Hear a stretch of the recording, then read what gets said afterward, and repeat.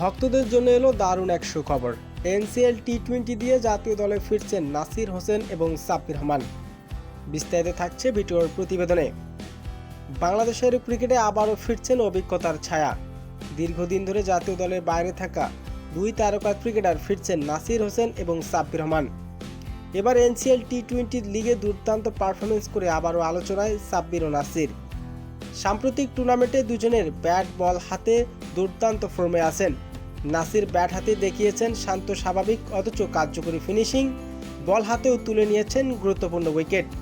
অন্যদিকে সাব্বির রহমান ফিরেছেন তার অগ্রসর ব্যাটিং মেজাজে, ছক্কা চার হাঁকিয়ে গ্যালারিতে মাতিয়েছেন একের পর এক। আসন্ন আন্তর্জাতিক সিরিজ ও এশিয়া কাপের জন্য নাসির ও সাব্বির ব্যাকআপ হিসাবে স্কোয়াডে রাখার পরিকল্পনা করছেন বিসিবি। যদি এই ফর্ম বজায় থাকে তবে খুব শীঘ্রই আবারও জাতীয় দলে জার্সি গায়ে দেখা যাবে এই দুই তারকা ক্রিকেটারের। বিসিবির নির্বাচক জানিয়েছেন, অভিজ্ঞ খেলোয়াড়দের ফর্ম ফেরাটায় সবসময় দলের জন্য ইতিবাচক। নাসির ও সাব্বিরের মতো ক্রিকেটার বড় মঞ্চের চাপ সামলাতে জানে। এনসিএলে ওদের পারফরমেন্স আমাদেরকে নতুনভাবে ভাবাচ্ছে।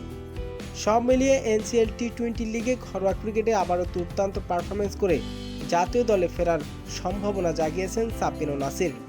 এশিয়া কাপের আগে এনসিএল টি-20 লিগে দুর্দান্ত পারফরমেন্স করে হয়তো আবারও জাতীয় দলে ফিরতে পারেন সাব্বির ও নাসির।